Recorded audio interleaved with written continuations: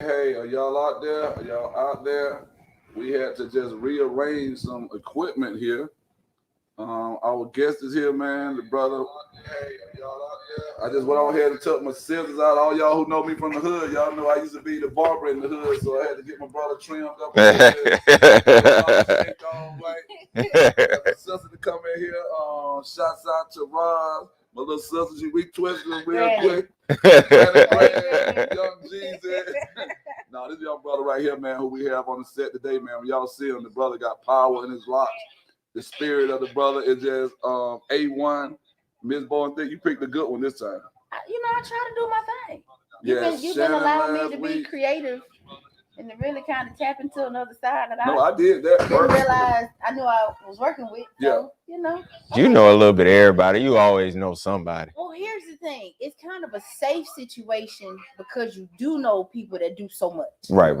So, but it's also difficult sometimes because when you're reaching out to people to do stuff, it's kind of like, are they going to go for it? Are they going to buy in? But we've been having this conversation.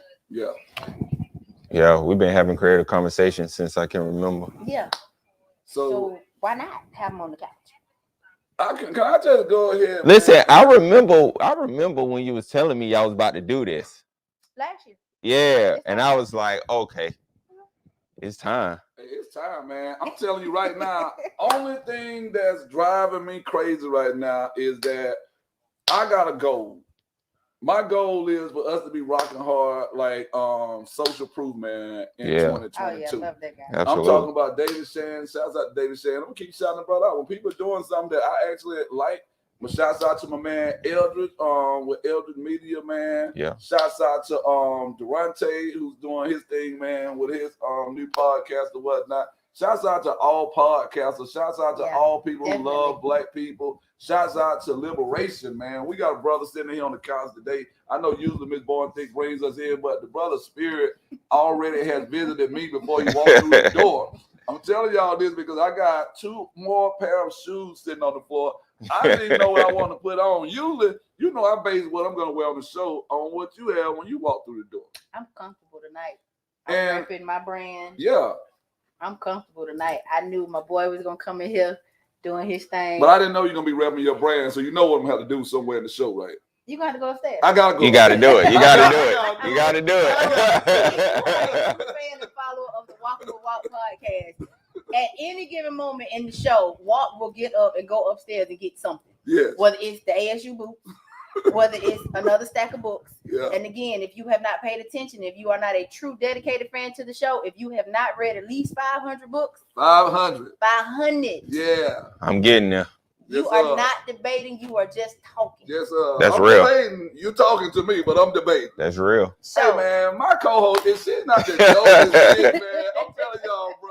This moment right here, I look forward to Wednesdays, man. I do too. I mean, Wednesday to me is already a sacred day. You know what I mean? Yeah. But like when we come to the Walking with Walt podcast, I've been hearing folks out on these ATL streets, man, Southside streets, and I'm saying all over America right now. I had somebody hit me up, bro, from another country. Wow. What are you talking about? Talking about, hey, when y'all coming here? I'm telling you, like, nigga. When you fly us. They're like, me and Miss Bowen Thick and well, 2001, we don't know about him. He can't drive. I got to renew my passport. Hold on, it expired. Let me check my. Let me tell you my look. Hey, bro, we'll talk offline because I didn't but they do have that expedited passport. You can go ahead and hit my extra 200 on it. Well, no, yeah. What you can do is you ain't got to go in Atlanta because Atlanta appointments is booked up for the next few months. Hey, you giving out the game. You giving out the game right now. Yeah, you giving out the game. So we got my Atlanta Falcon fan get their passport. Hey, y'all, I didn't come this year. I went to room on the Dirty Bird this year. I didn't get that passport. That's a federal office. They can't stop you from that. That ain't. Man, I guarantee you, if I worked at the office and a New Orleans fan came here, and we had lost. Oh, man. Oh, no, I probably be like, I'm not saying they can't get it done, but I might just mistakenly make this stuff. This morning. You gonna be here at 6 o'clock this evening also. No. No, but man, shouts out to New Orleans. Saints, man. We still rock with y'all, man, the long way. Y'all know, even though I have not watched any NFL football in about 3 or 4 years, y'all, it's just something about Atlanta and New Orleans. It's something about the Georgia Bulldogs and Alabama, which I'm just praying, man. All of my homeboys from Alabama, y'all, before we bring our guests on and start talking, all my homeboys from Alabama, they just been getting shots. And I said, bro, we just some humble dogs. We don't want to see Big Bama, the bullies of the West. We don't want any of that action right there. And they still, if I say stuff like that, like it's right, bro. You see what's been happening? And I'm just telling folks, man, like, hey, man, Georgia, we just 1 week at a time. You know how crazy my family is about the Bulldogs or whatnot. Listen, get real. Very moment. Can I just give him a tip? Go ahead. Yeah. This is the G spot. Yeah. I like that. This is where all the games went down. Oh, man. This, which we call a studio, was what the pool table was. Everything went down here. Oh, yeah. Oh, okay. I mean, Negro will be he'll go hard like okay. Yes, sir. Hey, and I'm talking about I ain't mad at that. Yeah. I ain't mad at I feel the vibe. Yeah. I feel the vibe. All the furniture red in there too. Everything Georgia Bulldog. Okay, so yeah. Black and white. Yes, sir. So when I came in, I ain't know if we was going, I ain't know if I wanted to read or have a drink. Like I kind of, it's a little bit of that. It's balance. It's balance, right? Yes, it's all about balance. We can break out the chessboard. Man, it's all. Look, I love that. I love that. If you break out the white box, yeah. You remember what the white box is? Which one? The Pomodoro box. Oh yeah. So if you are a cigar company, Salute. Yeah. You are in the right so, place. Man, I should have known that. That's what I told you. Man, I've been listening to your music and everything, man. But let's just jump right in. Yeah. Let's jump in. Here, man. Okay, so y'all, what we gonna do? No, go ahead. What we gonna do tonight? We out my boy, Mr. D. Wattz the Great. He is currently. Did you early retire, or did you just say, I'm just gonna switch it up? A little bit of both. Okay. I say a little bit of both. Former educator. Still an educator though. Still an educator? Just not in a different facet. Right. Okay. Different facet. So as it relates to the districts. Right. Always been an entrepreneur. Now he has added entertainer to his list. We give you guys Mr. D. Wattz the Great. Thank you so much. We've been talking about this since beginning of the year? It's been a minute. Yeah.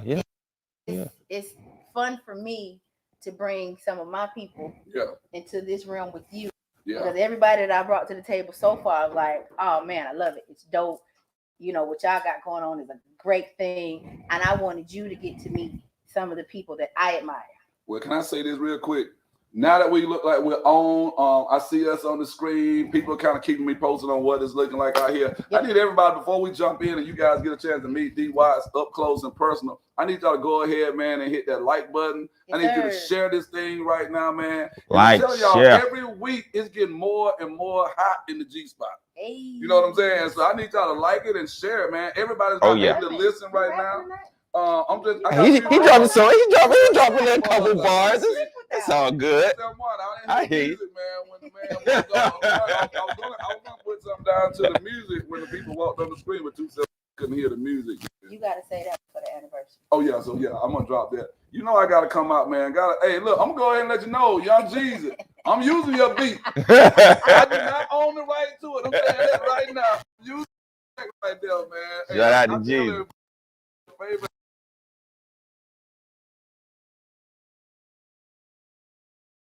I'm the teacher, favorite teacher, and I'm the speaker, favorite speaker. Well, y'all better come see about the real motivate.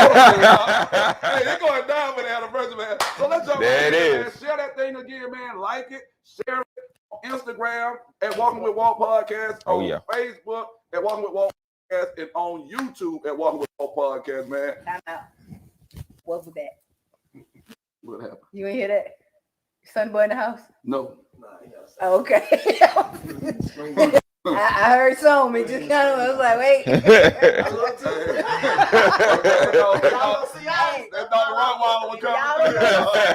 Sonny Boy is a humongous Rottweiler. And Sonny Boy is his house. Yeah, this is his house, man. So my dog, man, We got the real dog in the house right here. Hey. We always joke, man. We always talk about this right here, man. D Wattz the Great. One night, I was telling folks, like, I want you to break in this house. Because I broke in one night with a key. And all you get, you know, like when all the see, it's just like, I mean, you can just hear like the claw. I called him in so he'll know my voice. You know? Yeah. Just jumped up, man. It was just like, oh, my chest, whatnot. I said, can you imagine me being an intruder? Boy. And then he jumped, like, he literally just jumped off the patio. And the lady said, I saw the dog. She said, is he vicious? I said, well, I wouldn't say he's vicious, but I wouldn't encourage you. Yeah. You know how good white friends do sometimes. They'll get, no. Yeah. No, just come up to the front of the neighborhood and tell us, like, where you saw him. Man. But anyway, it's all about D Wattz the Great, baby. I want to just say, man, thank you. Welcome to the G-Spot. Y'all, these shows are getting doper and doper. I just wanted to say this right here, man. I'm looking at the jury. Oh, man, this is light, man. Something light. So who did the ring, brother? I actually got it offline, man. Yeah, I got it offline. A lot of people think it's custom. Yeah. But nah. I wish it was. Because then wouldn't nobody else have it. Yeah. But yeah, shout out to whoever did this, man. I can't really remember. Right there. Yeah, that's a continent, man. Oh, look, everywhere. I see you got your red, black, and green on, man. Yeah, man. Shout out to Uhuru Apparel, uhuruapparel.com. Go and grab your stuff. Absolutely. Yeah, when I seen it, I knew where I was. I knew where I was. Absolutely. Yeah, I love it. All day, every day, man. So bring us into your world, brother. I actually have spent the day, I'll be honest with you, I spent the day listening to your music, and that's why I could not decide what I wanted to wear. Nah. Because like at certain points, I'm thinking cool. Then I'm thinking casual. Then I'm saving the last word that I'm thinking. Then I'm thinking calm, and then I'm thinking classic. And when I think classic, I think black Cadillac.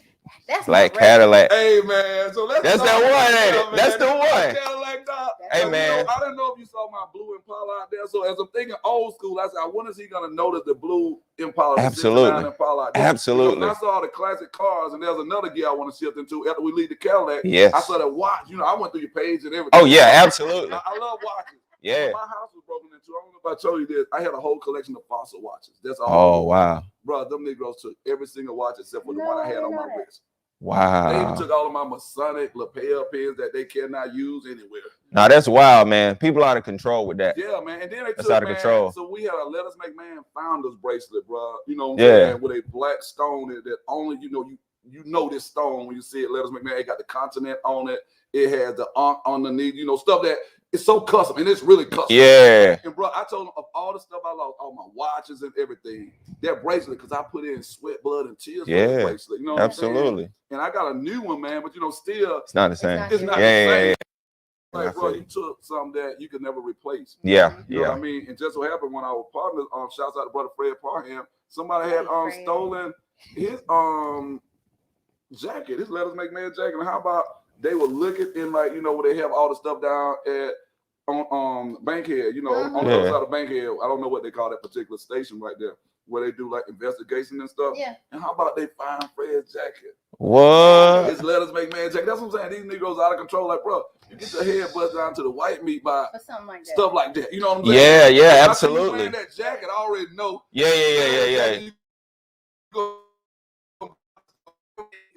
Everything on there is on there for a reason. So D Wattz the Great, man. It's great to have you here, man. Talk to us, man. Tell us about what you got going on. Let our followers know who you are, man. First and foremost, okay, go and follow me on IG, D Wattz the Great, DWATTZ the Great.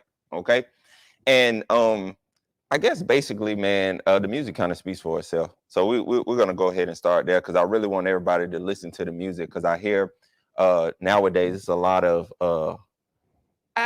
things going on as far as the music sector that is kind of like I don't know how to feel about it. Now while I do appreciate it, right, because it's a certain facet, I do think that there's a balance, that there's like something missing, You know what I mean? And I think what's missing is that, like, that generation, that cool generation, that smooth groove music. Cool. It's something cool. Like, hey, you know, my people, I love Anita Baker.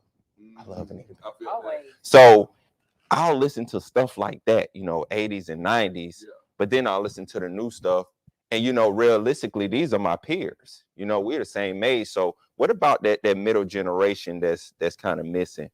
And that is that smooth groove music.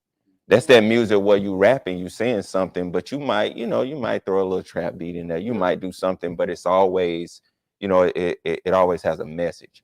You know what I mean? I can't get with this new music. Everybody sounds like. Yeah, it's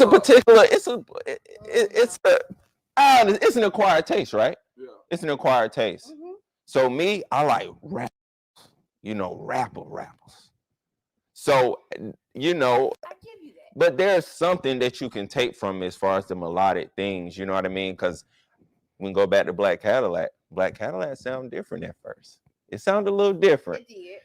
And when I went back and I did it, then I started messing with the, you know, go high, go low, and, you know, getting on those different levels. And once you start doing that, you start tapping into a whole different market as far as, you know, number one, creatively in your mind, but number two, who can digest this? Mm-hmm. Because if you listen to Black Cadillac, first of all, there's some dope references in Black Cadillac. Oh, yeah. But if you don't even like that, the flow is nice. It is.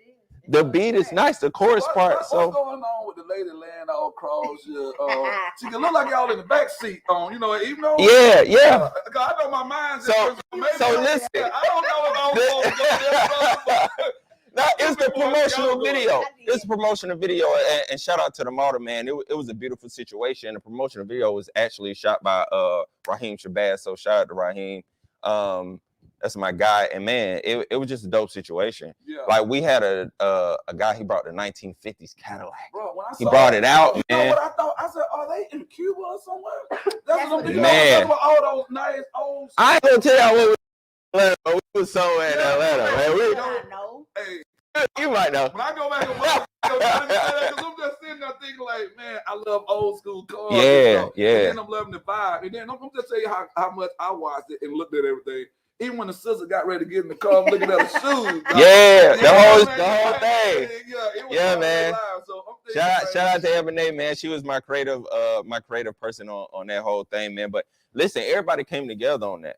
Like, it was so difficult to just get everything all together. So everybody who was a part of it, man, like, I love you. I appreciate you, like, seriously, because, man, I was stressed out for like 2 weeks. Just a promotional video. Yeah. Can I say this? Because this one thing, you know, a lot of our followers, man, are grown women. Yes. Mm-hmm. I want to tell me, hey, let me say this again. Shout out to the grown and sexy. Yeah, absolutely. Grown and sexy. We talking about grown women who are right here on here right now with us. I'm looking down here. I got my man checking in from Tupelo. We got Octavia Montgomery Smith. We got Miss Paul Fabrian. She just moved to Atlanta, man, from the DMV or whatnot. One of the grownest ladies I know. Yeah, and absolutely. I mean, it's just a ladies' lady. My cousin right here, man, been gone for 2 weeks. Hey, y'all been sick. Checking in with y'all. I miss y'all or whatnot. Absolutely. So I want you to talk to them, man, because like right now when we start thinking about music, I told you I'm looking. I categorize my questions tonight. Mm-hmm. I'm kind of like you.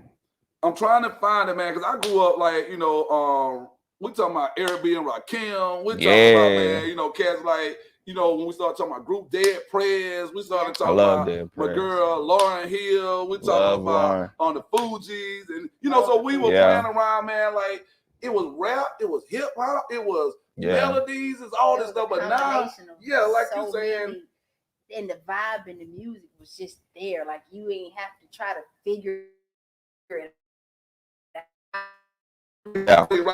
Yeah. So like right now, this Born Thick was doing her thing. What I love about the sisters back then, man, when you start talking about MC Light, Queen Latifah, Yo-Yo, you go down the list. Different. Yeah. Now when I listen to the radio, I'm like you. I literally, bro, right now I don't even listen to the radio in my car anymore. Yeah. Because it's like everybody got auto-tune, everybody got, you know, like, and everybody selling dope. Like I didn't know we had so many people in the community who sold dope.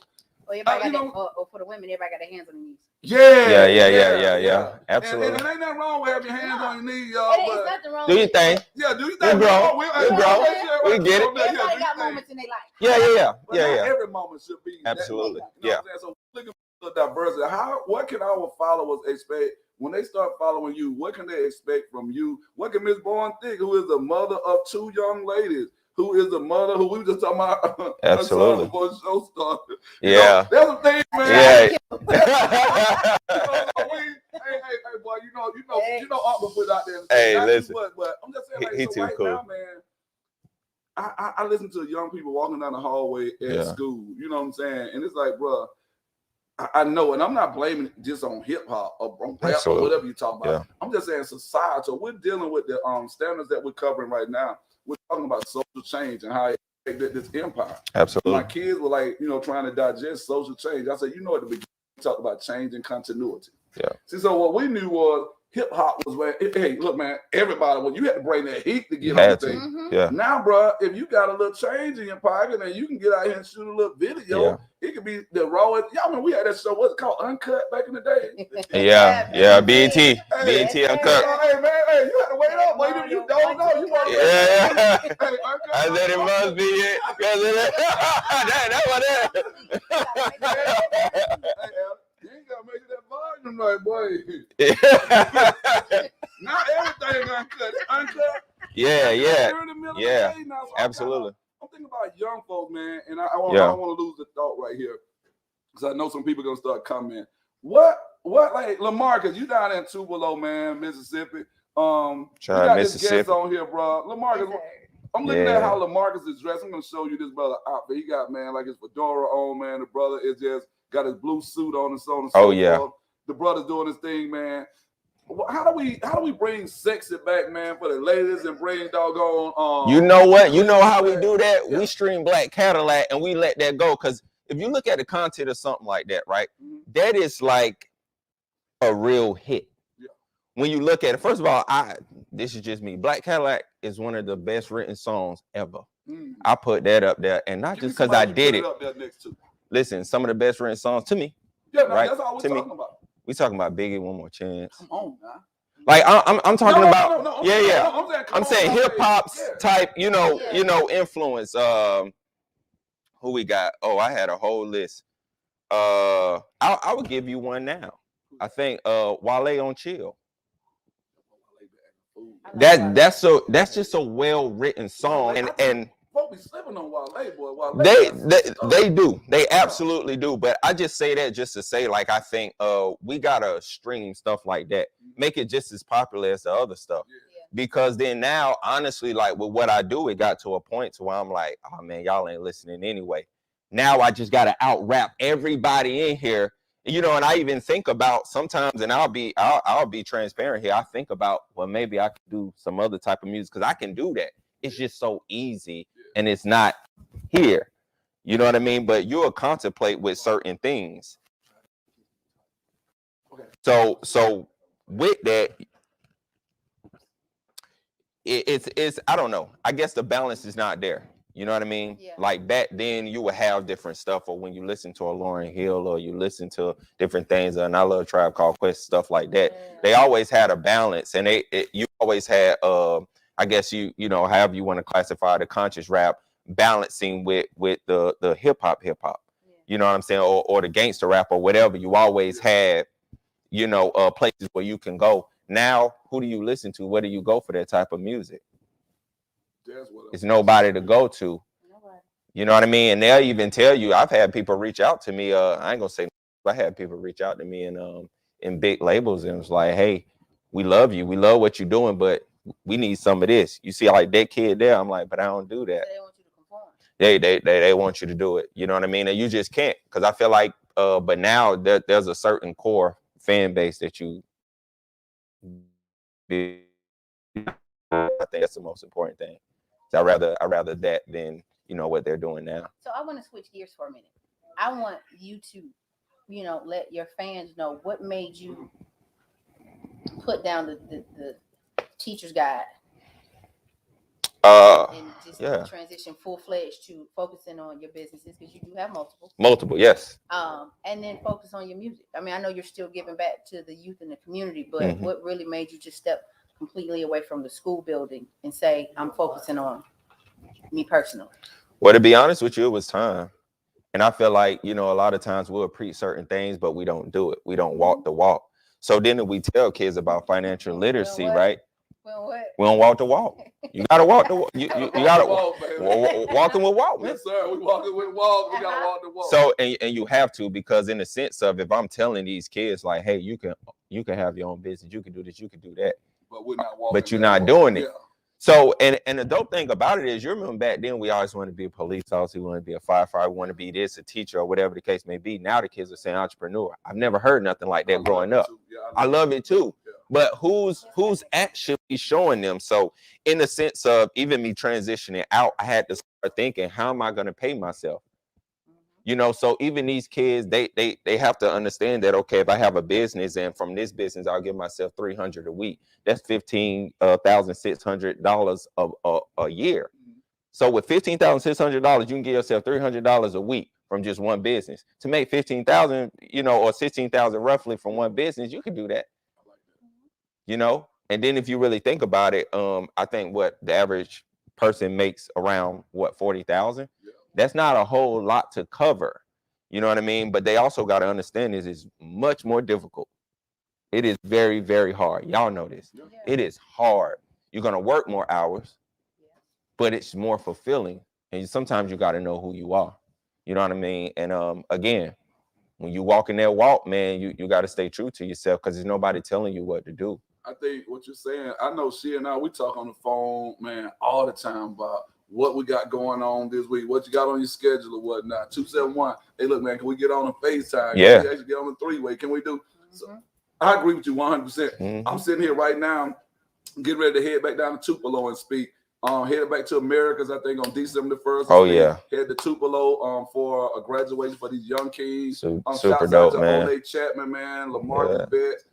Shouts out to all the brothers, man, with the Young Kings Gentleman Academy down in Tupelo. And, you know, like, that's just like a couple of things. That all this entrepreneurial stuff. Yeah. And now, absolutely. You know, one of the things I love about what you just said, man, I think people take for granted. Like, when you say you want to be an entrepreneur, you can't just turn the switch on and off. Yeah. You know what I'm saying? Yeah. When you turn the switch off, that means ain't no money. Ain't no money. You know what I'm saying? So it's you don't work, you don't eat. Man. You don't work, you don't eat. And I was telling some students recently at school, I'm starting to learn more and more about systemizing and automation. You know, I'm getting closer. And like, if you've been watching like the evolution on Ms. Boy Thick, even of our show over the first year, people say, y'all need to go ahead and do this. And like, bro, trust me, we just trust in the process. We got this thing. Yeah. So we're getting ready to invest in ourselves to actually go to something, you know, that I think is going to be that next level. But see, what you're saying is what they need to hear. Yes. How did you, because forget, you know, everything else. How did you get from this level to this level? Because a lot of people, they don't understand that, okay, I'm sitting here. I know you way up there, but I don't understand the first step. That's right. And I taught math, and I would always tell them the first step of knowing, hey, how do I even jump out and attack this problem? That's business. That's the first step. How do I attack the problem? Because while you're in the process, you're going and you learn it as you go. Can I ask you a quick question? Please. And Ms. Bonte, jump in because we're talking now my language right here, our language. Where we're absolutely. We've been talking about monetizing. Yes. So how do we take you as a math educator? Because I don't even want to say teacher. Because math teacher, they just pump in standards and whatnot, so they get kids pass the house. No, I was good. No, so I was real educator. good. So math educator. I'm not gonna hold you. I was really good. Yeah. So what I'm talking about, you pulling something out of the kids. So when you said, with a lot of kids that say they want to be entrepreneurs, but nobody's doing it. I think math teachers are very crucial in this process. Absolutely. Because every kid that I've ever taught comes to me and say, Mr. Walker, when we ever use this math right here? And I'm like, bro, keep it at 1,000, you won't. Yeah. Let's go back and learn addition and subtraction first, because we need to start talking about checks and balances. And I'm not talking about the checks and balances in American government. Let's make sure, man, we understand, like, you know, what's coming in, what's going out. Yeah, let's very simple. Sure we understand, man, how to make sure we balance our books or whatnot. Let's make sure we whether people try or whether people you giving back, you know, to the community. Absolutely. But there's that 10%. It doesn't have to be 10%. You say, I'm gonna do 20%. Yeah. And that numbers right there, so kids can start saying, hold on, Ms. Wall, so if I do this, but let me ask you, what about you giving this amount and the government allowing you to write that up on your taxes? So it's a win-win situation right here. See, shout out to Mr. Cedric Soto. Hey, shout out, absolutely, absolutely. I was just talking about you, said I was telling Ms. Boy Thick, like, hey, that young man right there talking about math, educator, par excellence. He was a part of our crew, man, at the South Atlanta High School. Man. Oh, dope! Shout out to that brother, man. I like how you said the South Atlanta. Man, we had. I still work at the Best Academy. Yeah, that's all right. And one thing about it, you know, we can have a verses right here. Man, we talking about Bob. Hey, what we gotta do? You might have outnumbered because he used to work at. I did. That's yeah. Man, on the show, man. Hey, listen. Oh, there's a method to my madness. These folks just ran up on me. Ran up on me. Because last week's guest works at the Best Academy. I'm ready. Go ahead. Hey, y'all, if you're interested in on the countdown going into 2022, I'm looking for a new co-host who doesn't work at the Best Academy. Oh, man, y'all already know. Mainstream, we don't know what's going to happen. Hey, say he got my no, because now you're on campus with the Best Academy. Hey, boy, it's getting serious in here, man. Reunion on Metropolitan, man. Open back up the doggone Caesar's Lounge over there. So, man, we have a good conversation. I don't want to lose this. I want to say this right here, man. You're integral not only from the hip hop perspective, but I think we need Said Sutter. We need brothers like yourself. Absolutely. We need Ms. Born Thick, who's working at the front of this space. Because what you do is more important than even the math. Because I think a lot of business is not taking place in the hip hop community for a lot of us who got what you got. Yeah. I'm not talking about the ones. See, anybody can go out here and talk about selling dope and killing and all that. Them boys on the other side of the table. Yeah, they pushing that. You ain't gotta have. Oh yeah, absolutely. But what we're trying to get our followers, you know, to be into, and what you're doing, which I feel like you have the solution to our problem or whatnot. We need faces like this at the front. I agree. Even though I don't rock with Ben Carson the way I used to. Yeah. We don't know. Yeah. But I remember. Read my like they just got to read Gifted Hands and all this stuff right here, and I don't. Brother might have lost his screws a little bit, but I remember him in one of his books or something saying that the most important person that makes everything work for him when he's doing surgery is that person who's going to greet the family when they come in. That family to be calm, and he needs he feels all of that energy. That's why I said when you walked into space or when I was listening to music or whatnot, I felt all that. That's why I went on ahead and put this on. Yeah, I made sure I changed my watch. I didn't have this watch on. I made sure I went back and put the red, black, and green. That's cold, though. That's cold. Got it from my students, bro. Really? She heard me saying this. I need you to get the spirit though of what I'm thinking we're building up right here, Ms. Born. They're going into 2022. On it, what we're saying, going into 2022, she and I, man, we getting our health right, we getting our mental right, we getting our spiritual right, we getting our financial right. Absolutely. And I told somebody, I'm just real with you on this right here, bro. What you got going on, man? I listened to this thing. I mean, you can hear me. I listened to it. Yeah. I looked at every image. I looked at all the watches. I said, this young brother right here, these young women out here, these sisters who are mature, looking for good men, you making good music that people can go out on a date, man, and say, hey, I can ride and listen to this hip hop, man, on the way to the date right here. But I also can be, you know, hey, I can throw my pocket square on like we said last week. Exactly. There you go. If I want to, man, I can even rock that shit on this thing you right can here. Do, and you again, it's multifaceted because I am. So you see me like this, and a lot of people, once you go to my IG, you're gonna see, hold on, he got suits on. Wait a minute. Then the next one he got this. He's like, okay, but that's me.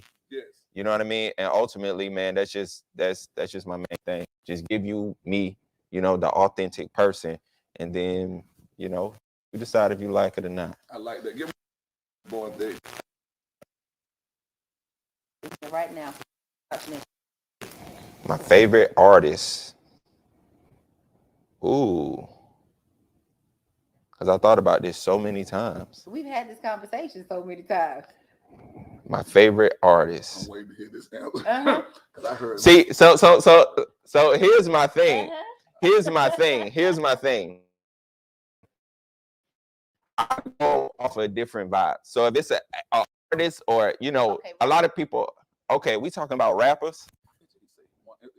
Yeah, go ahead. I'm gonna see if you say. Listen, rappers right now, I'm just gonna say this.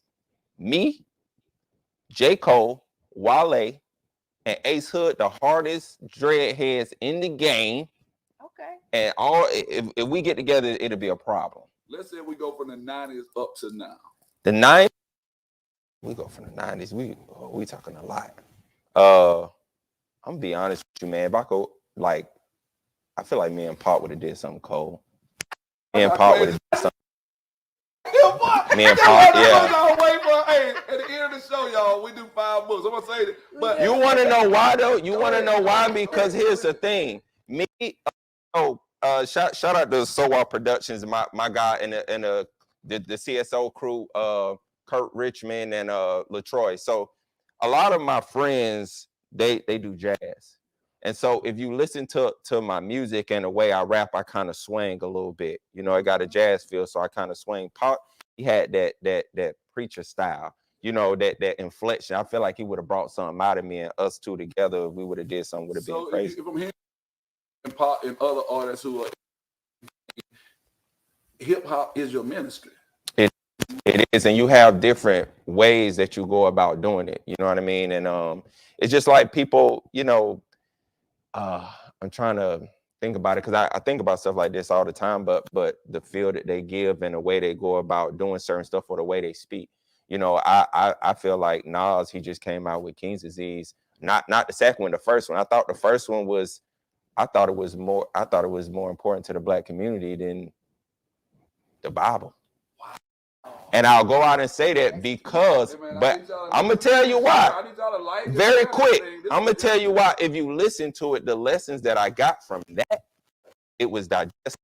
And it was something that everything he said, you got to understand, I'm a storyteller too. So when you tell the story, it may not be exactly how your story went, but it made me remember something else. So when you listen to Black Cadillac, you oh man, I remember I went on that one date.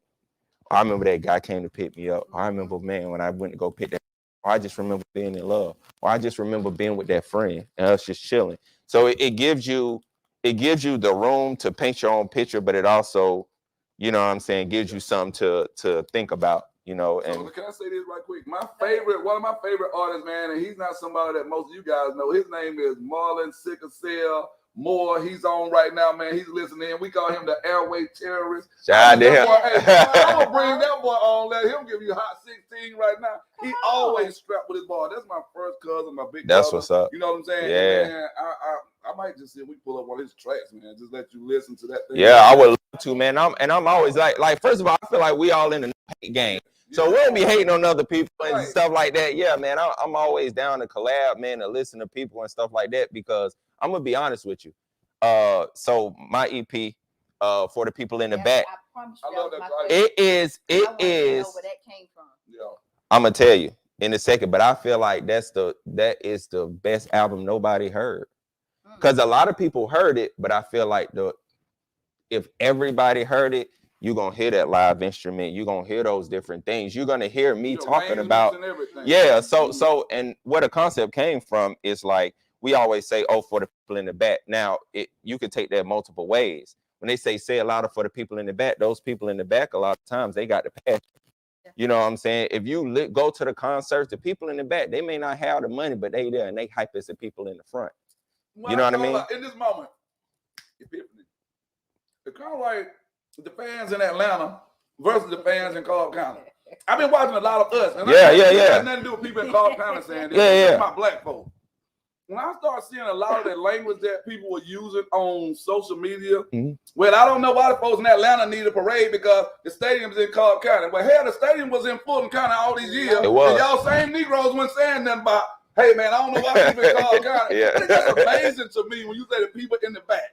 Yeah. I told somebody recently, bro, the people in the back, they were the Negroes who back in the days when it was dying down near Georgia Avenue, they loved the parade. Might not ever had them enough money to buy a ticket to go inside the stadium. So what you telling me it's now, for them. y'all telling that 10 Negroes, y'all are looking down at other Negroes because they can't afford to get in the game. So these Negroes who've been with Atlanta for the last 50 years, who love the Braves, they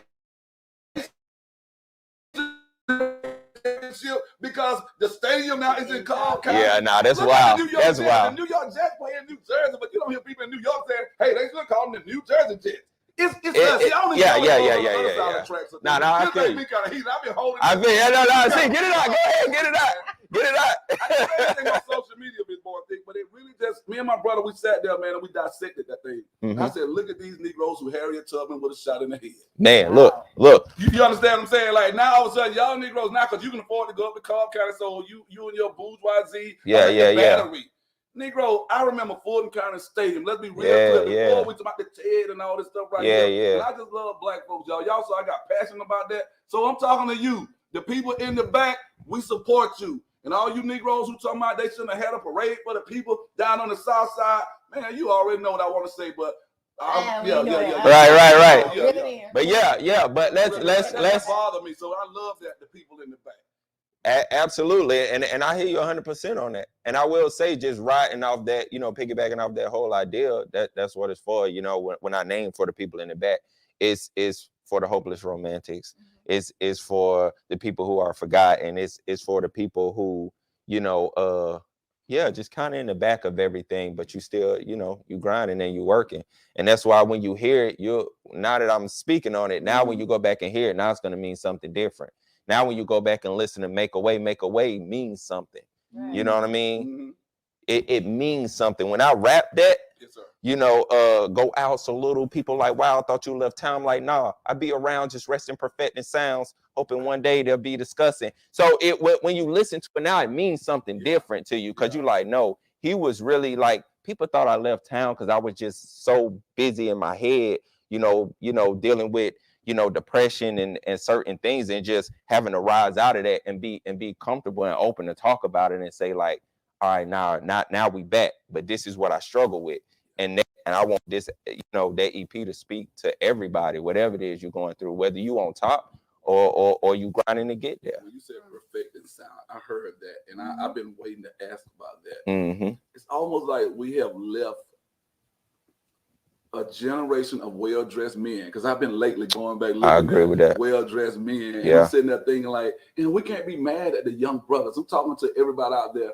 The young brothers have not been exposed to that. They haven't. You know what I'm saying? Yeah. So when you say perfecting sound, it's like, Miss Bourne, imagine you as a beautiful queen, and you see the young brother on the block, and you walk by and you just say, I see you, you little handsome king.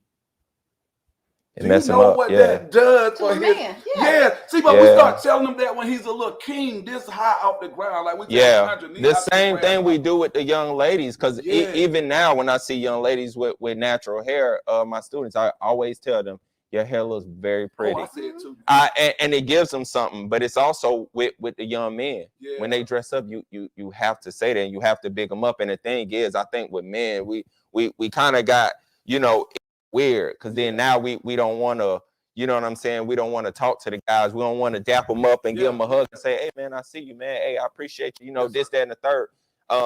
Even apologize to my students if I'm wrong. I'll be like, hey, I apologize, I was wrong. So it's just stuff like that, being vulnerable, you know what I mean? But it matters in their upbringing and how they see everything. So do you know something that's crazy about that?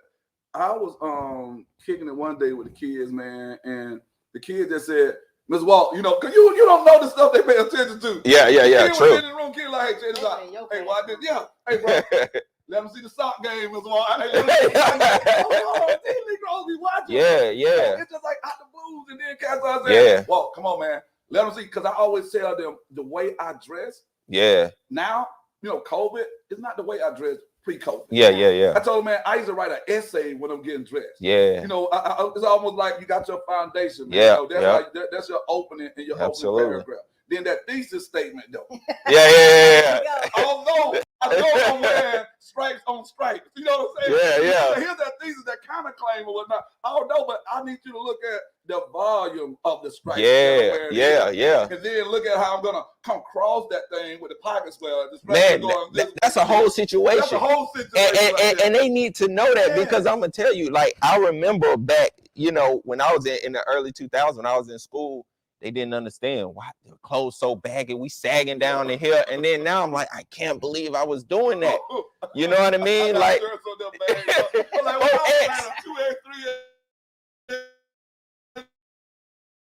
I'm a size 30. I had a size 42. Why? I don't know. That's just what we did. 4X. I'm just now medium.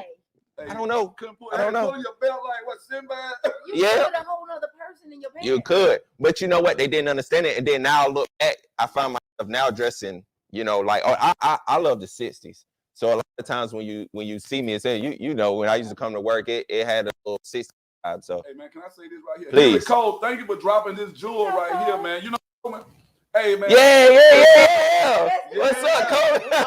Henry Coleman. I was talking about Henry Cole today. Something popped up in our hallway. They were asking me like, "What you do?" I said, "Bro, I got a homeboy who went through this, dog." I said, "Man, I'm telling you, I gotta just sit there and let you know." Well, I just say I gotta let it go down, man, because I would mess around and try to get in that situation and break it up. It just backfire on me. Yeah. Henry Coleman just dropped, y'all. He's their brother. They were giving out free tickets in the 80s to Braves fans, and now everyone complains about the number of fans happy about the Braves winning the World Series. So what Henry is talking about, I remember us going into the Braves stadium. My aunt used to work at Delta. She's always getting these free tickets or whatnot, man. And we went in there, you know, sitting down in the bottom. Yeah. But the Braves wasn't just knocking it out the park back in the 80s like that. So we just go to the top, walk all the way down. Nobody stopped you. You could go stand down there behind them, you know, the batters or whatnot. Try to do it now. Oh, not just what I'm saying. But see, you going to jail. Imagine this though, brother. Me and my brother, we still got cups. I said this on a post the other day. We still got cups from the old Turner Field, not old Fulton County Stadium. When the white folks would leave their cups in there, man, we would go around and just collect all the cups. Take them home, man. Put them in scalding hot water because we knew we couldn't afford to pay for no souvenir cups in the game. And we would go back to the country, man. And we've been in the you know what I'm saying? That's but cold. Nobody judge you, man. All they know what y'all went to the Braves game, bro. Yeah. So you can't tell me now, man, because the stadium in Cobb County, I'm less of a Braves fan because I don't live in Cobb County. Nah, You know, I don't know where that's coming from. That's why. Braves, man, since before anybody was judging with the Braves, we know Claudia, Dale Murphy, we know Bob Hunter, Chris Chambliss, Rafael Ramirez, Gene Garber. We can name the couple. Fans, y'all Negroes don't even know the real Braves Foundation. You know, I'm gonna tell you. You know what's crazy about all this, man? Like growing up, some of my homies, you know, I grew up in the hood, so you know, I ain't think black people played baseball to be honest with you, but I never knew nothing. I never knew nothing about it. It's a different kind of hood though. You know what I mean? You got the hood, and then you got like, all right, you should be here. Yeah. So we was in between, like you should, you know, at different times, right? But anyway, so then some of my homies when I got to high school, you know, spending, you know, my reach or whatever, and some of my homies played basketball, my new friends or whatever, and it's crazy because some of them now we had been owning stalking the Braves for a little minute. So shout out to the Braves, you know, y'all got me some money, but you know, but I didn't know nothing about it. So when I got here, but I remember back then. That was like the closest thing, you know what I'm saying? We had the Suns back in Jacksonville, but you know, we didn't really know much about it. When I got older and I moved away, I just remember anybody who was close, they was always talking about the Braves. And then so when I got here, I was like, yeah, the Braves, you know what I mean? And you know, and once you just seeing, you know, like y'all, how passionate y'all are about it, and y'all really know, you know what I mean? It opened up a whole world, man, honestly. So with this right here, and I want you to get ready for another good question. But I want to say this, man, y'all felt my passion. I have not made any comments on social media about this other than that one post. But I want to say this, man, because of what you said about the people in the back. Yeah. I'm always with the underdog. Yeah. And absolutely, I'm always going to say, like right now, I know plenty of my friends and loved ones have never been to Athens to a UGA game. Yeah. My brothers and I, we are so big on UGA when we, you know, continue to go down this road that we're going down right now. We just one game at a time, but we're hoping to be in the national championship. But once we get there, and if God favors us and we win the national championships, I'm just being very cautious with my words. I dare somebody to say something about us. We went to the first when Missouri came into the SEC. Three of my brothers, Solomon Walker III, Solomon Walker IV, Jason Walker, and myself, Keenan Walker. We literally road trip out to Missouri, bro. For the game. I have Todd Gurley's game football gloves, his gloves from the game upstairs right now. That's cool. We were sitting right there, man. Can you imagine being in the game? Cool. I'm saying this because we're talking to the people in the back, but all the people in the back, man. I'm plugging this brother right here, but I'm telling you, this is what he meant when he said they heard it, but they didn't hear it. Yes. So I'm plugging right now, man, for the people in the back. We're sitting there. One of my homeboys called and said, bro, where you at? That's what you mean. He said, man, you wouldn't have to be in Missouri. And I said, what you asked that? He said, I'm looking at ESPN. Look like you standing behind the Georgia Bulldogs. Yes, sir. And I'm It's like, official. I said, hold on, yeah, bro, we here. So, it's official. So, you know, and then it was a week because Missouri coming to our, you know, coming to the SEC, and the boy has said we playing grown man football or whatnot. No, bro, y'all ain't never played grown man football at the SEC. And everybody, I remember this because Georgia, after the win, they were saying grown man football. And I just reached down and touched Todd Gurley on his shoulder, man. I say, bro, let me get one of them gloves. He handed me one, man. I mean, we celebrating and whatnot. I tell my brother, well, hell, he gave me one. I might as well have what I said. Might as well. Hey, bro, I ain't trying to be funny, girl. You know, in the middle of the celebration. Bro, can you boy get that other one too? I mean, the only thing I didn't do is ask him to sign. But we had so much fun. But I say that only because we're talking about those people in the back. Imagine me telling some of my homeboys who never been to Athens or never been to, you know, one of these big games. We've gone to Auburn when Cam Newton was there. We went down to UJ when Clemson and Georgia were battling out. We went out to Missouri. We've been to the SEC championship. We were at Atlanta when Deion Sanders jersey got, you know, retired. We've been to these guys. See, man, you can tell about everything. But I'm not speaking for. I'm speaking for the people in the back, bro. That's why your message is so important right now. Absolutely. So I turn it over to you. I'm with the people in the back. Some of us, we love you. Some of us, we're thinking about you. You start hearing the ones who are giving you what you need, but we're listening to all this stuff, man, where everybody making you feel like you're insufficient because they got all the bling. They got all this stuff right here. There you go. Bro, you got a message I think that our people are ready for now. Absolutely, yeah. People in the back, they listen. As well as some of us who are at the front, people at the back. There you go. There you go. And people up. Yeah. People in the front who are leading us in the right direction. You got to pick those people up. And I even we was talking about Ben Carson, but I even think sometimes, you know, people lead us to a certain place and then after that we may go another way. But we got to start from right there, like, hey, you get us good up and now let's take it and continue. That's right. You know what I mean? We got to pass the torch at some point. Nobody's gonna be the leader forever. That's exactly right. What you got, man? We know we're looking at the clock. Tell us what we got. We good. We good on time. We got about a good 15, 20 more minutes. If you guys have any questions for our guests tonight, please make sure you post them in the chat. We definitely want to make sure you get all of your questions answered. We thank him for being here again. Anytime. I kind of want to touch on another side of you, that entrepreneurial side, that businessman. You have two or three other businesses. More than that. We got a whole. I remember. Yeah. We run the whole enterprise right now. Okay. So it's a lot going on. Okay. Doing anything from consulting, you know, we got athleisure coming. We get into food and beverage. I don't want to get too much about that because we got something coming. So yeah, the uniform entertainment. I signed myself. So everything that you hear is all through. Yeah, it's all me. Is you know me and my guy. Shout out to Chris.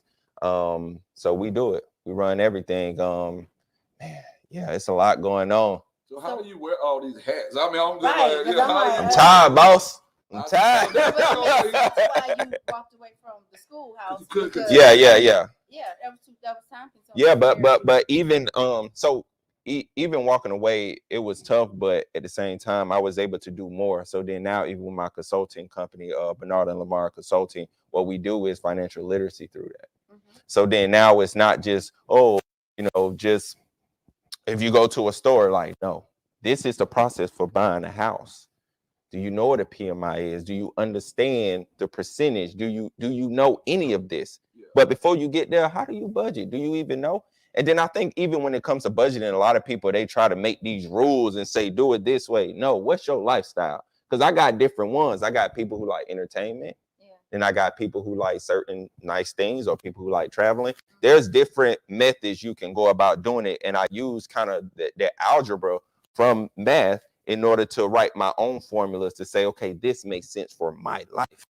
You see what I'm saying? And I want people to understand that. But yeah, man, just having these different businesses, I just kind of fell into it. But honestly, maybe like next 2 more years, I told myself, do whatever you want to do. just try it and see if it works. Because if it don't work, that's fine. You can always go back to education. I was damn fucking good. Yeah. I'm sorry. I don't know about this. Yeah, we okay. Oh, okay. Yeah. But what I'm saying is, but also, you know, you gotta live it. You know what I mean? Your kids gotta see you doing something. They gotta see that somebody tried and they succeeded at something, even if they didn't. I can tell you, or you know, success is subjective, right? Yeah. So even if I could tell you, hey, I felt right here, don't do this, do that instead. But listening to what you were just saying right there, I think I can turn the camera on you for a second. I like what you just said. Mm-hmm. So if you're out here and you talking to these young people, because you engage everybody first when they come into your building. I do. Yeah. So imagine if you're sitting here and you telling this young brother, hey, boy, you ain't been to school the last couple of days. I heard on the phone. Yeah, she's no, that spirit, I'm telling you, it matters. And I feel like I don't even know, you know, not even turn on you, put you in the hot seat. I don't know how throughout all these years, every time I see you, always like make me want to just be happy and like, man, I need to do something. Because you was the first serial entrepreneur before me. So this is what I want you to put her on the hot seat. We're gonna have her on the hot seat together. Why not? So what I want to say to you is just like he said, I get a chance to experience this every Wednesday. Mm-hmm. Right, and we talk, you know, offline. Mm-hmm. Think about how many beautiful, you know, kings and queens come in there, and you're the only thing they got. But if they never see you step outside of the job market and push yourself out of your comfort zone, then to them, their goal is just to be like Ms. Robinson and have a good job and help other people to get to success. But I'm gonna stay here. It's kind of like being a mama all the time. That's what it is. Yeah. So I'm saying to you, so it's like, so what we're saying, look at we're building right here. So what is it gonna take for you? Because right now, if you notice what she said when the show came on, you guys don't get a chance to hear what goes on behind the scenes. You were talking about how lately, you know, like I've kind of just been hands off. You've been the one who's kind of been scheduling everything. That used to be me. Yeah. And I literally heard her say one day, hey, man, I want to get more involved. And guess what? I said, see, one thing I know about people who want to be involved, if I start giving instruction, then that's going to give them more time not to get involved. Look, so I just got to say so to walk ain't going to call you. He ain't going to. Only thing he going to do is when it's time to go to work. Hey, so did you do this? So did you do this? But it's like teaching you to swim, though, right? Yeah. Text messages. But your leadership skills is similar to mine. Like I expect everybody to do what they do, and then we just come together and it works. Like One thing I love about what you've been doing lately, though, I can tell you this. You heard we were joking around before you walked in. I said I've been resting. You are part of the reason I've been able to. And now I'm really understanding about what a real team looks like. Absolutely. Now I'm understanding that. That's exactly right. And now as I work on some stuff that I should have been working on 2 years ago with my marketing, I'm thinking about Ms. Born Thick and her brand. So, you know, a lot of times you're saying stuff to me and I'm like, hey, I know you're going there, but I'm learning some stuff. I'm investing a lot of money and time into myself now that people don't know. Yeah. So it's stuff behind the scene that I know once I get the system right, she's going to be invited to be a part of that system. But I was going to say this to you guys. Have you thought about doing like a course where other people can actually, because I'm doing a if God forbid and COVID starts and you know numbers keep going down, I want to do the Awaken the Genius Entrepreneurship Institute. And I love like what I do with the Arthur Langford Junior Team Leadership Institute. I'm usually the one who works along with Derek Bozeman and Michael Langford, bringing guests in all on Saturdays. I want to do the same thing for entrepreneurs, though, like young entrepreneurs. And then I want to bring people like yourself in, you know, and we, you know, like I said, if we need to give you a stipend, you know, we'll be okay with that. But I want kids to be able to see it. Gotta see touch it. You know, like we start talking about can't be what you can't see. Scaling it and all that stuff. These are words that I can read about or hear about in an entrepreneurship course at school. But man, how do I actually get capital? How do I get business credit? How do I actually go to the bank, man, and pitch an idea? You know what I mean? It goes back to what we were saying earlier. You knew of people when we were growing up who had their own businesses. Yeah. But we were never really taught entrepreneurship. Yeah. We didn't see entrepreneurship until we became adults. And it's like, well, dang, had I had this component at this age, this part of my life might look real different than what it looks like now. Had I had, you know, this part of my education, the financial literacy classes, you know, all this absolutely at an earlier phase in life, I could have been here, or I probably, or I would have been still going in that direction where I could be on my way to doing what I want to do when I'm not on somebody else's clock, on somebody else's time, with somebody's micromanaging. So whose job is on it? Whose job would you say, D. Watt? And I'm asking both of you guys, whose job is it in the community to ensure that? Because what I've seen through my lens, being inside the school system, it's almost like kids are frowned upon if they don't say they want to go off to college. They say they want to be an entrepreneur. So whose job is it to ensure that those babies who want to start their own thing, they got this vision or whatnot? Whose job is it to ensure that we nurture them as well as nurturing those who want to go off and get a college degree and probably work for the entrepreneurs in a few years? So can I answer that one first? Please. I'm gonna go old school with the answer. It's the community. It's the village. Yeah. I want to say it starts at home, but if your parents weren't taught that, you can't expect me to teach my child something that I wasn't. I like that. Yeah. So can I ask this question? It's a follow-up question, and you jump in. Both, but still goes to the original question and this follow-up. If the community is sick and sick, is the entire cell of the community sick? No, so that's why I'm trying to dig deeper. It's never the entire thing. Yeah, so it's almost, y'all know that saying they always say, if America has a cold, Black America has pneumonia. Yeah. So right now, I'm saying that. So like right now, imagine in this pandemic, I'm just looking at stuff today online. Gas prices, man, are starting to just ease up. Grocery prices easing up. It's the grocery. Yeah, but think about that grandmother, like one of my kids who came in today, without me calling names, all of us are in the city, man. Man, grandma just passed away. Got another kid, grandma raising all the grandchildren. She's on a fixed income. So now when you walk in that store and 3 tomatoes cost, what you say, about $5 now? No, that was my apples. Oh, the apples. 3 apples cost $5, but she got like 8 grandkids. Yeah. So all of this, right? So, and I've been working with people in the community. So even, urban farming and things like that, it's can scale so crazily dope. And people are just not thinking like that. So if we back up just a little bit, usually if you go into a community like, back with our people, they used to always ask, how are the children? Because the children are good, then that means that you have good leaders. So I think in East Africa, used to always ask other warriors, how are the children? Yeah. And they said, if the children are well, then we know the community. The community is well. Exactly. Absolutely. Right. So basically just taking that, then we got to ask, okay, well, how are the children? If the children are not well, then the leadership is not well. Okay, what do we need to do about the leadership?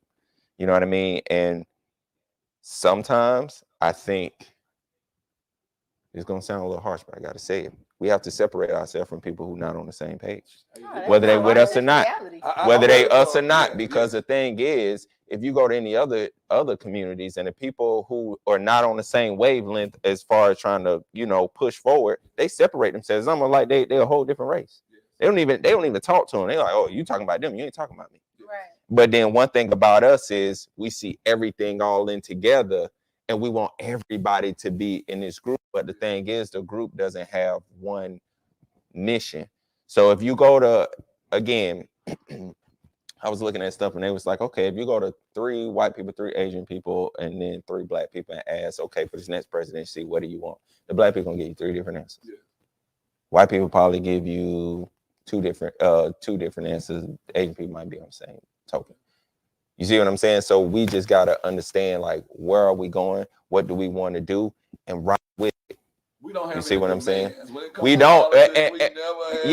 We don't. Oh, we don't hold nobody accountable for nothing. But at the same time, I think a lot of people, they feel like we need one leader to. No, we don't. We don't need one leader.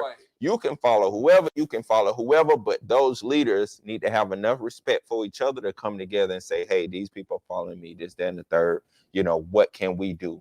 And all these debates and stuff. And I love them, when our people have debates, especially about history and stuff. I love it. But we do that behind closed doors. Yeah, I agree. We can do that behind closed doors. We can debate and whatever. But when we get out here, we're going to stand together. I'm not arguing with you in public. Yeah. Like when I walk past you, hey, what's up, man? I see you. Any young man, I don't care what you dress like, I always acknowledge your presence because you're here. And I want you to know that I see you. You said something not on this team. I love no hate game. Never. Like, I never understood that. Like with me, I think I have the dopest co-host in the world. You know what I mean? Absolutely. And I'm telling you that because Shannon, you gonna ask for some money tomorrow. Shannon Williams. Well, I was real passionate. I'll get ready to say. Go ahead. It's about balance. It's all about balance, man. So hold on, let me see what you got to come here. Thank you. You say that parents should support their children in their dreams. Absolutely. To see what they want to be and help them in their mission. I love it. Absolutely. I think it starts with that word right there, their mission. Our parents sitting down asking kids like, what is your day-to-day mission? What is your vision? That goes to what we're all doing too. What is the mission of our podcast? Can I say one more thing too about what you just said? That's the narrative that's being painted. Because I think and I went to college. I went to Florida State. I graduated. So I understand, you know, the things that I took from it, but I also understand that, hey, it kind of taught me to be a part of, not a part from. Yes. So in some aspects it's really good, but in some aspects, if I feel like I just started reading when I was 24. If I would have got them books earlier, or somebody would have told me certain things earlier, then I would have understood and I could help the community a lot better. I went from 500 some credit score to 800. I know how to do it, but I had to struggle through it. You see what I'm saying? So I think a lot of times that narrative is painted to where it's like, oh, you got to go to college. Yeah, because, you know, my parents, nobody went to college. So me and my brother was the first ones out the hood, the first ones in the family to go. But then now I can tell my kids like, yeah, you can go to college or, you know, figure out what you want to do and then go. Is now you have different options. So I think it's moving a lot differently now. Let me ask this question because they say that 13 more minutes. We're always, as a Black culture, we're always quick to say when you turn 18, you got to go. Yeah. Do you feel like Black people put their kids out too soon? So I can only speak in this particular thing. I can speak from my experience. Once we went out and we tried to come back, my dad was like, no, he let the girls come back. He didn't let the boys come back. It's different for girls. Right. So that's where that double standard kicks in. Right. I was upset at first, but then now I'm like, it helped me. So, and maybe because I succeeded that I feel that way. Yeah, because there are a lot of brothers who didn't have that same thing that you had, and they now are bitter because think about how that could cause you and your siblings to even be. It could. So maybe, right? Maybe I can just say that, you know, before, you know, when I have my children, before they walk out of my house, you're going to understand the basics. I'm going to make sure you're ready. You see what I'm saying? So I don't know. I guess I'll cross that bridge. I'm not sure how to feel about that. I asked that question because I wanted to tap back into something you said earlier when you were talking about vulnerability amongst our young men. Men are not conditioned, boys are not conditioned to be vulnerable. Absolutely, you're right. Raised to be vulnerable. So when you turn 18 and like you said, the girls can come back, but the boys can't. It's expected for a young lady to be emotional. We're emotional creatures by design. We're vulnerable by design. Yeah. But if a man shows that or expresses that, you're pumped. Yeah. And it's not to an extent, it's like, okay, I'm trying to teach you how to be a man, but at the same time, I feel like a lot of times we don't teach them right because it's not about y'all. Men drop the ball. Men drop the ball because we need to hug our sons. There you go. Okay. I don't mean we as women. I'm saying we as parents. Yeah, I agree. Octavia says right here, she says that my daughter has had a vision board since she was 3 years old. They have to see it. So now watch going back to the men again. And like when you just said, we have to do a better job. I talked to my son today. He's in college. Yeah. And I told him today, I said, bro, you know, when I talk to you, we're looking at both sides of the spectrum. Absolutely. I said, I'm loving that you're in college, but I got two opportunities for you right now. There's somebody who's a new, person who's doing something with film, who needs somebody. I think that'll be great for you because now you'll be right there, all y'all growing together. But I also have like a seasoned brother who's getting ready to come back to Atlanta in December and do some work on a film. And I want you to be there. I don't care if you got to carry the damn cords for him. You got to go and buy his lunch for him. If you got to walk up and down the street holding, a visor over him to keep the sun from shining in his eyes. I just need you in that space.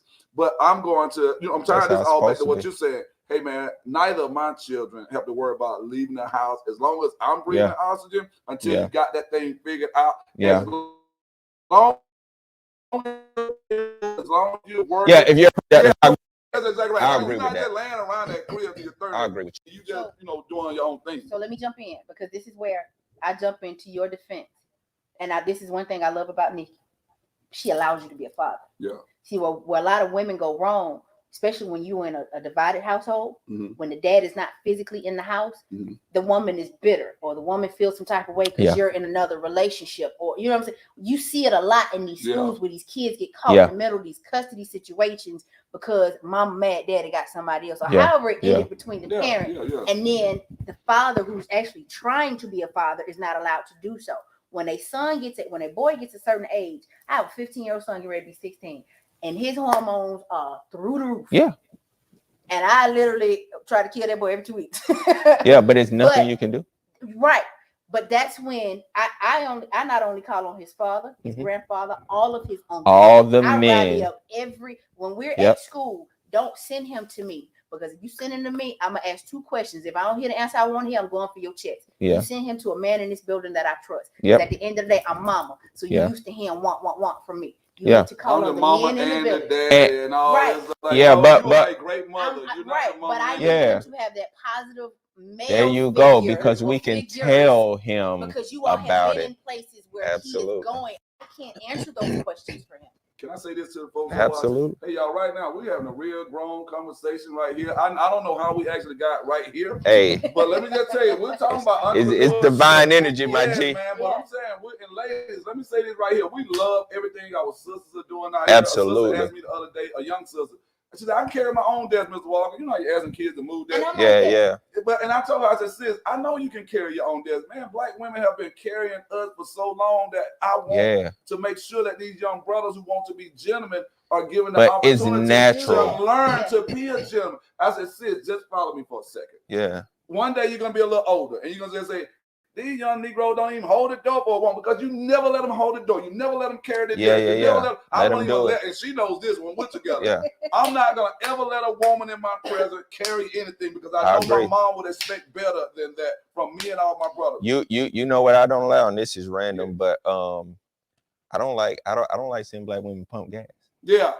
So like if I'm there, I will ask. You know, and it's weird sometimes. People and I'm like, no, no, I don't want nothing from you. I just want you to understand that, hey, I know 9 times out of 10 you got a lot on your chest. I like working for my family. I like that. Do you know what I'm supposed to be doing that. Octavia said at 3 years old, her daughter has a vision board. You know what I told my son when he was like 3 to 5 years old? I said, brother, whenever you're going out with your mother and your sister, their hands should never touch a doorknob. Yeah, I agree. Their hands should never touch a chair. You should be pulling out chairs. But again, we do what we see. That's right. My dad, I've never seen a woman take out the trash. Yeah. I've never seen a woman cut grass. But some women like y'all work. So if you like y'all work, do your thing. You know what I'm saying? I'm not, you know, I get it. You know, I'm just saying. I'm just saying, like, the house across the street, bro. Yeah. Out there smoking cigars, and I know the people riding by for say, all them grown men sit up there, they're laid out there cutting the grass. But no, some people like that. She likes that. Yeah. I get that little thing. I understand. That thing I understand. But you know, again, I'm washing the cars. I'm getting the cars fit. It's just certain things to where I know some people are like, oh, it's a new day, but my daddy did that, and my mama look like she liked it, so I'm gonna do it. Do you think we run women away though? I mean, do you think women run men away though? When and I don't mean I want to hear this real clear, and I want both of y'all because we're getting close to the end. Okay. But I know we got people coming in right here, and I just want to ask this question right here. And y'all, let's quit being divisive. We're having real conversation. Yeah, absolutely. For women to come in and say, "Hold on now," just because they scared. Because I've been seeing this a lot lately. Men scared of an independent woman. Man, I've been independent since I was 12 years old. I've been working since I was 12 years old. That statement goes both ways. No. It doesn't. Hold on, I want to finish. Yeah. Because I gotta say, no, do your thing. I love an independent woman. Your independence doesn't intimidate me.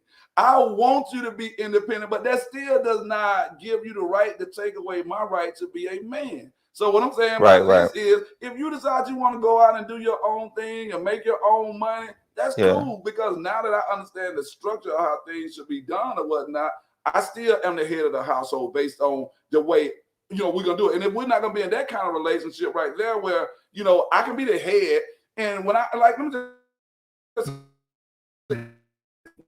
your car, which is your car. You're gonna pick the car. You've already decided what the interior is gonna be or whatnot. You've already told me how much we're gonna spend on your car.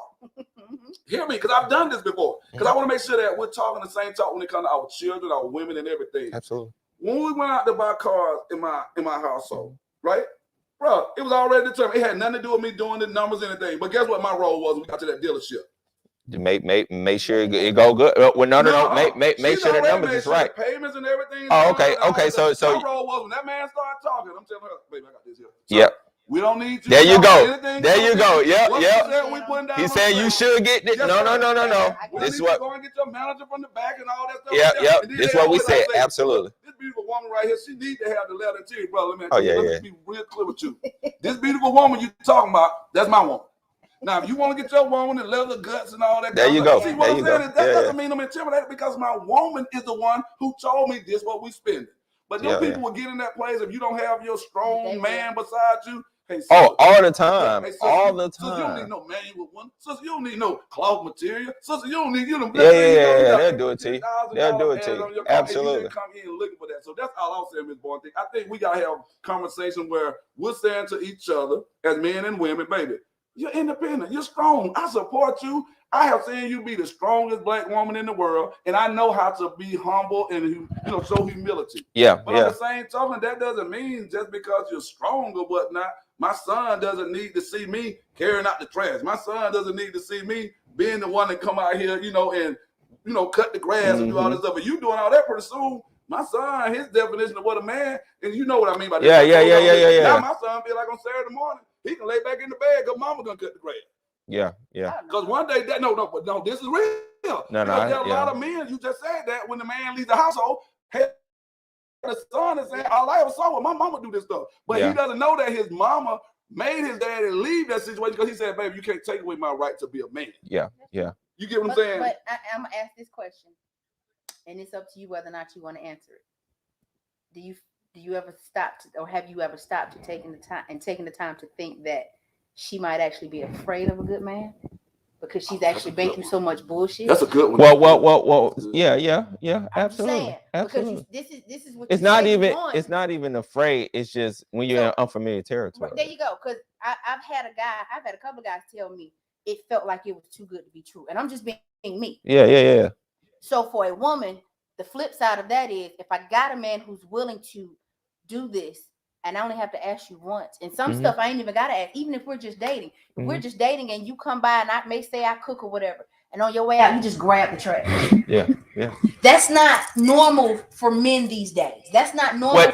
And that's the weird thing about it. So for a woman, I ain't gonna say she's scared of it, but like you said, it's unfamiliar territory. Yeah. Hey, can I say something right quick to all my listeners? Isaac, thank you, man. I think I've been sitting here all night with my mic off. Oh, you no, but he said he can hear the other guy, but mine. I'm just saying, I guarantee you right now I'm sounding so clear. And I've been here the whole show. I just hear you always turn my thing on. You didn't turn my thing on. No, ma'am, this thing been on off the whole while. No, wow. Turned him on before he gave him the man, you didn't look at mine. I just hit this thing on. Hey, y'all, I just said I had the best co-host in America. So wait, I want to say this independent woman right here. Yeah, but I will say this. I will say this. And this is the PSA, okay? Black women, we love you. Yes. I'm speaking for black men. And we know that black women love us.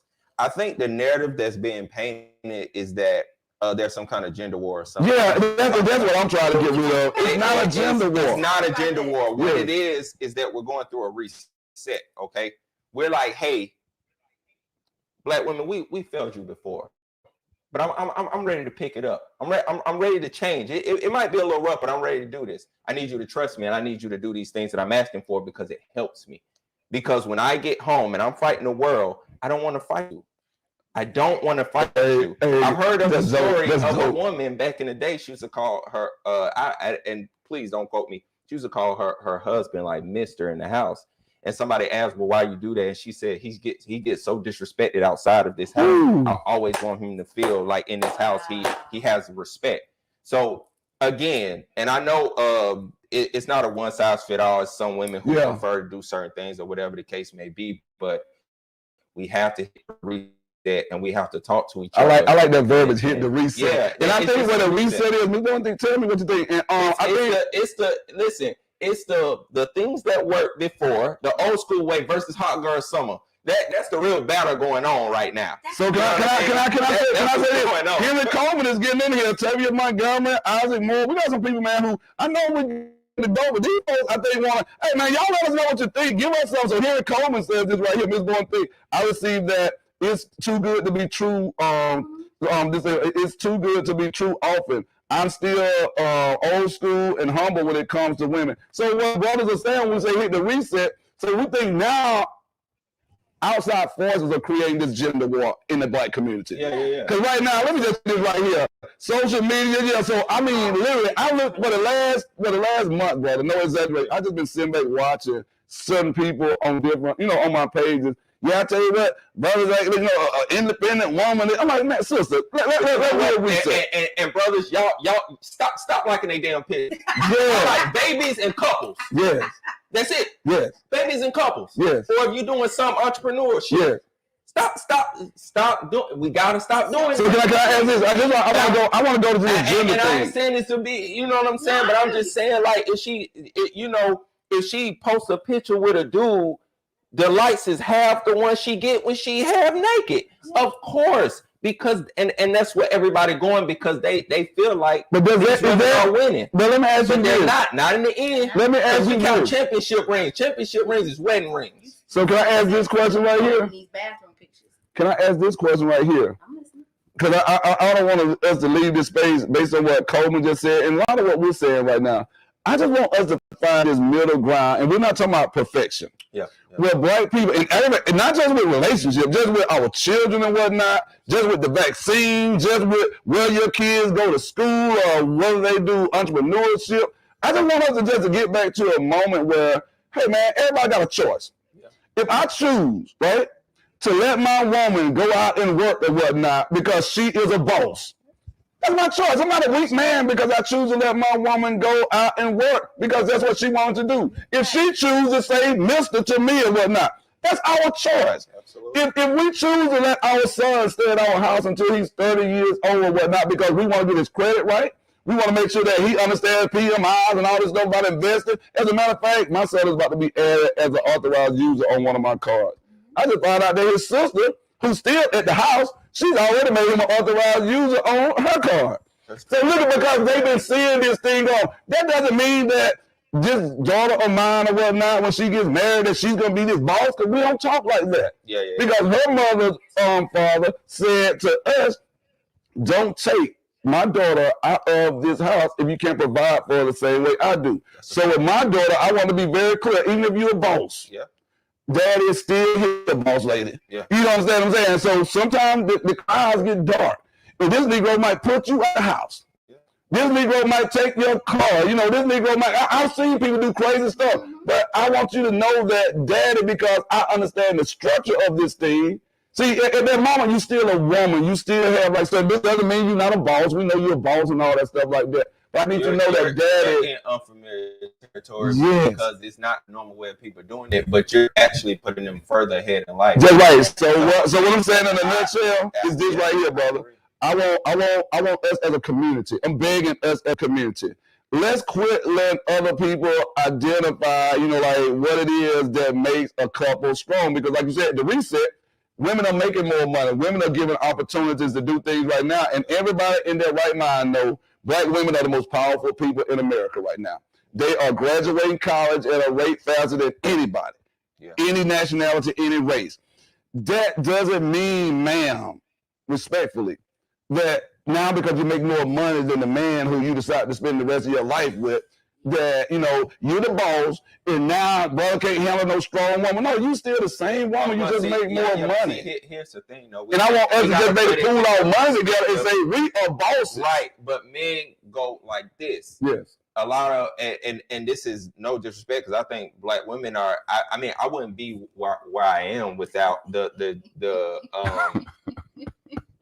I gotta read this one.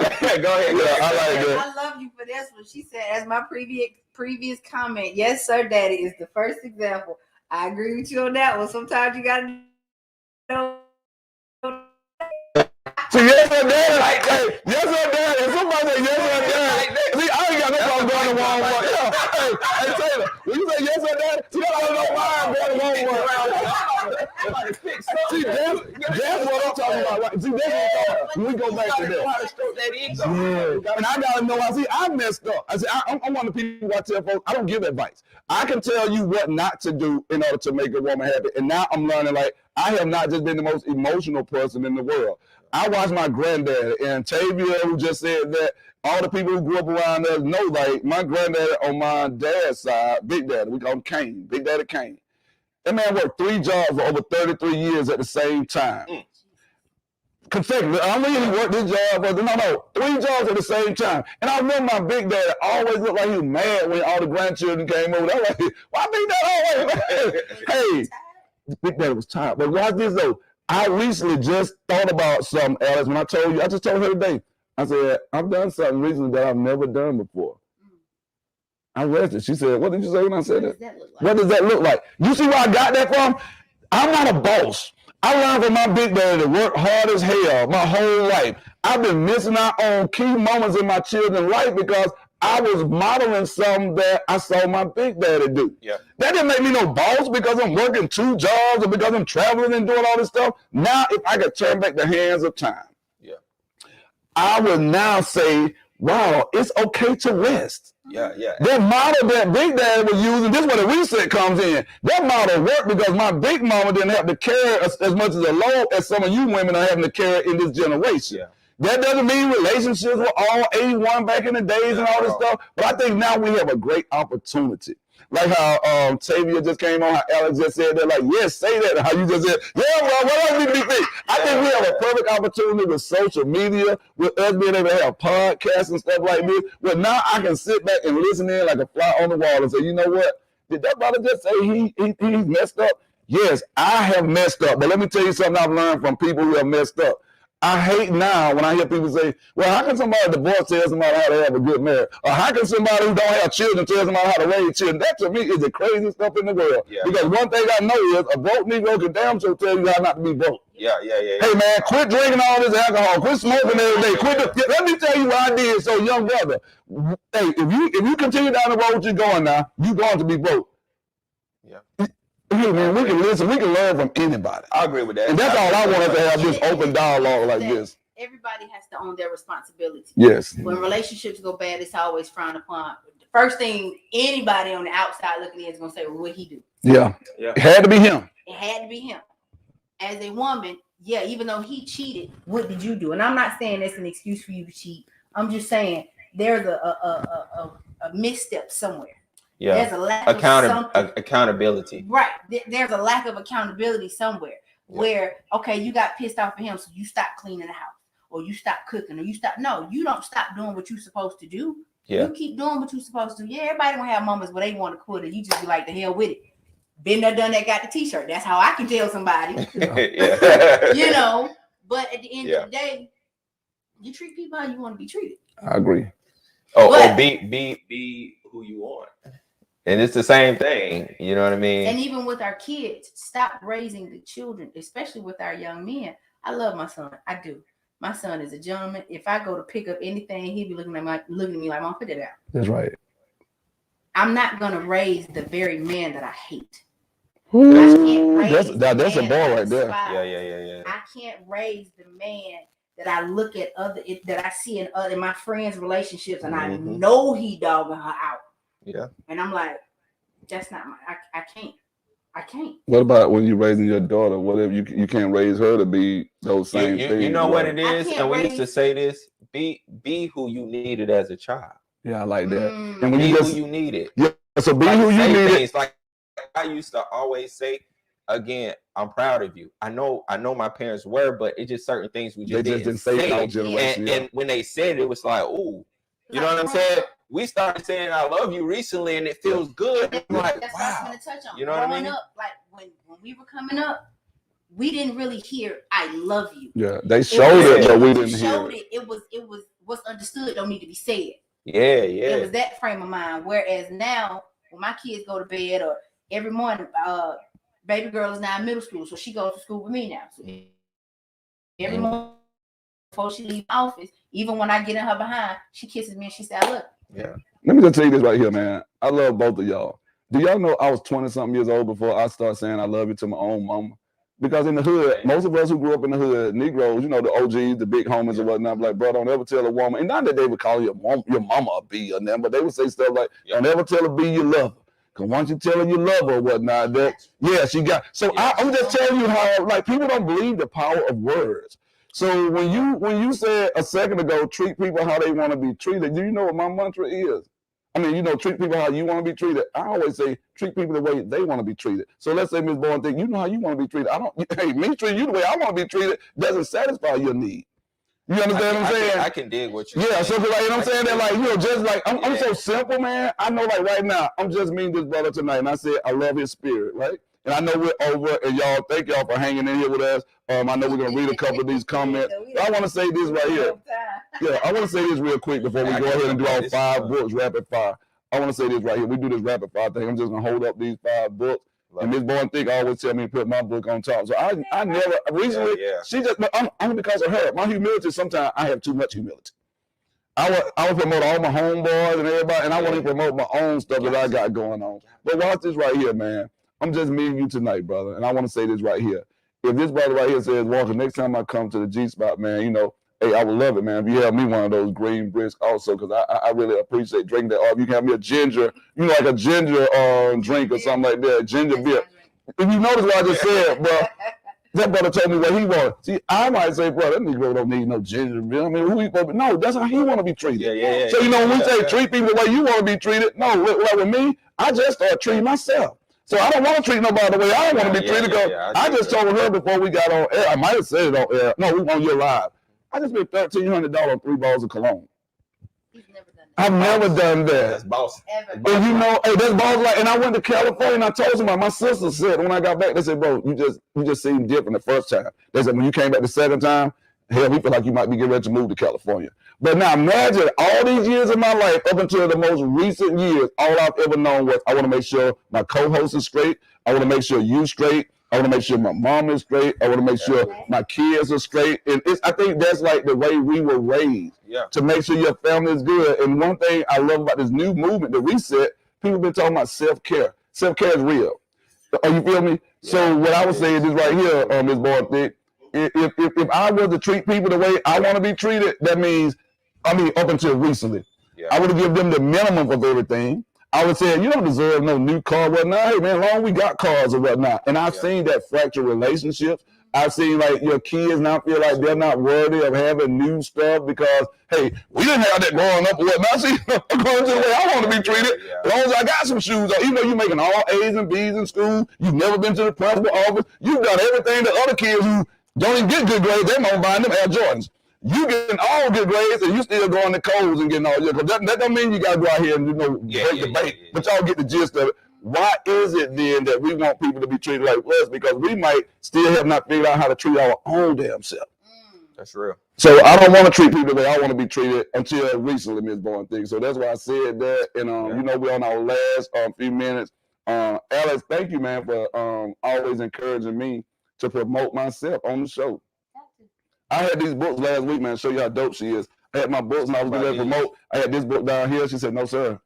Put that book on the top. Yeah, absolutely. So every night, and like I said, I know now it's time for me to start. I'm glad you said it because, listen, I got to read it now. Yeah, so this is called the Mastermind of Mentoring, man. Everybody know this is how we close out. We do this rapid fire. We're trying to get back to some norms and whatnot. And I want to, this is a book that I co-authored. I'm working on my own now, 7 Secrets to Inspire and Empower Black Boys. But when we hold up a book tonight, I just want you to say what's on your mind or make a comment on it and go from there. So this one is the Masterminds of Mentoring and Human Motivation. What are you thinking about when you see that? I want to read it. I love that. Yeah, I really want to read it. Like I really, I want to dig deep. Okay. So, yeah. So next book. The Hip Hop Generation. Oh, that's a necessity for the youth. Yeah. That's a necessity. So when we start thinking about in schools, especially all of us who work in secondary education and whatnot, we start talking about what are required readings. This should be required reading. It would be one, absolutely. A required class. Yeah.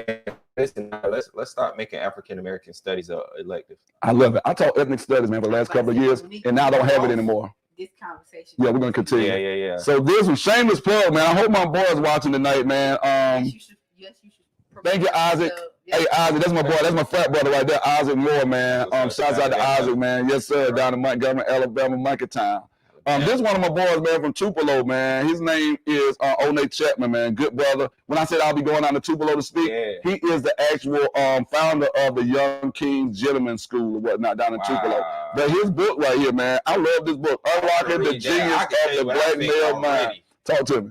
That one, I wish I had that as a young man. Wow.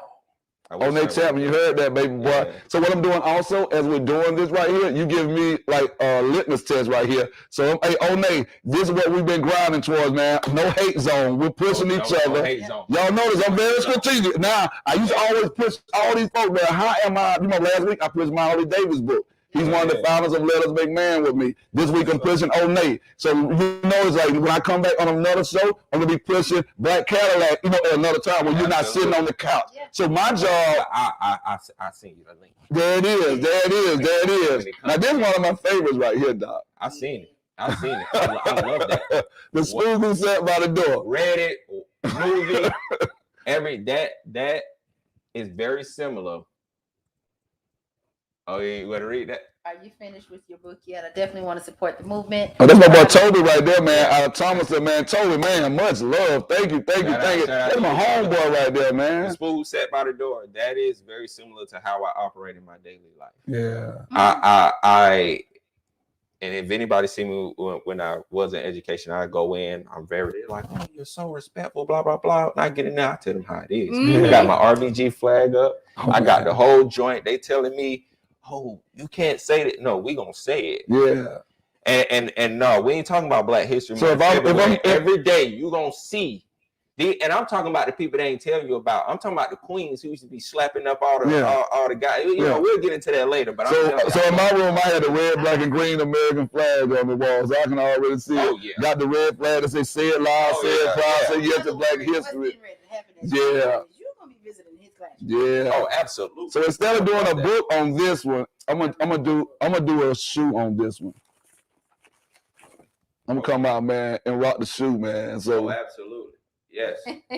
So I just know your spirit, man. Y'all, I've been watching. It goes. Oh yeah, bro. Yeah. Rock these with the Uhuru.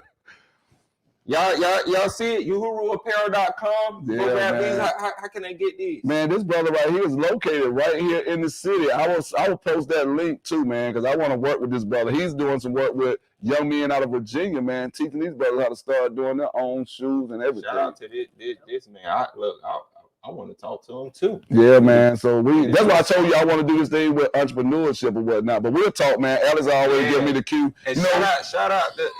Okay. Hey, check this out, man. We are way over y'all. What we'll do is we'll turn it over to Ms. Barthik. Let me say what Isaac just said real quick right here. Toby, let me say to Toby, man. Toby, hey, man, much love. Thank you, bro. I'm working on that thing, man. I'm going chapter at a time. I was trying to shoot for Black Friday, y'all, but you know how you just know your spirit is telling you, man, shoot for a date because that is a big sales day. Make sure you giving the people the value that they deserve, and when they read it, don't lead you, man. That's exactly right. So I said, let me just slow down because you remember I missed the speaking again. I said, that's why I start resting. I'm moving too fast now. Yeah. I'm trying to write too fast. I'm writing really 2 books at one time, but the main one is like, bro, make the main thing the main thing. Now you got a little rhythm going. But you can do it, but just know, like, and this is the last thing I'm gonna say. I'm gonna go over, but for 1 hour a day, this to everybody, be everything to yourself and nothing to anybody else. So between literally, it's in my time, but between 8 and 9, usually, or 9 to 10, it's just like nothing. Gotcha. Like I'm nothing to nobody. Don't call me. Don't. And what time is that again? Because I'm trying. It's just 1 hour a day. 1 hour a day. I just do what I want. Like, I might look at battle rap. I might do this, do that, but it's always just in that moment. I'm just like, you don't have access to me. I only have access to me. Well, Alex, I'm gonna let you close out like you always do. Nice little artist hand too. Oh, does it? Yeah. I paint. We'll get in there later. Hey, so look, check this out, man. This is what I'm gonna say. I just said I enjoyed the other speakers also much respect talking about you guys. He says that, man, I need information about that red, black, and green and the powerful queens. Please inbox me on Facebook or whatnot. I need those shoes tonight. Good advice. Hey, check this out, y'all. Hey, man, without, in the days, man, they say, man, without you, there'll be no me, and without no unity, there will never be any happiness. We can smoke a pound of set, but it still won't relieve your stress. God bless. Take us home, baby girl. The thought process, man. Y'all know nothing about that. Yes, sir. Y'all know nothing about that. Do what you do. We definitely want to thank Mr. D. Wattz the Great. For those of you who know him professionally, Mr. Deshaun Watkins. For coming in, sitting in the hot spot, stopping by the G spot.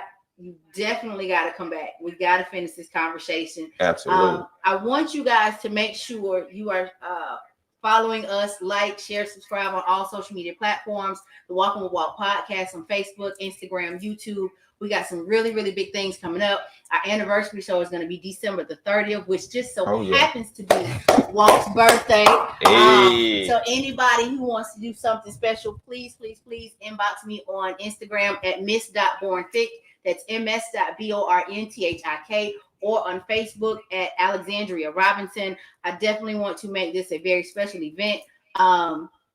The next couple of weeks, I believe it's the 21st or the 22nd, is actually the anniversary of him announcing me as his co-host this time last year. Walt did it really, really big for me, and I felt really special. So for our anniversary show, I definitely want to return the love. Definitely want to. I got some tricks up my sleeve for you. I love it, man, because I never really my sister them usually force me to go out on my birthday and stuff, because I'm just always ready to see everybody else happy on their birthday. I never really looked at it, so this kind of definitely gonna see me happy on mine, because I'll be 40 in 5 months. And we know we're gonna have yellow. I gotta do something. That's a milestone. So what month is that? March 28th. So you're right with Mama and Sarah. Okay, dope. Hey, man, we're not going to take up any more of your time. Thank y'all, man, for kicking it with us like always, man. It's your boy, Mr. Awakening Genius, a.k.a. the realest motivator and eternal educator. We'll see y'all same time, same place next Wednesday, man. Y'all be easy.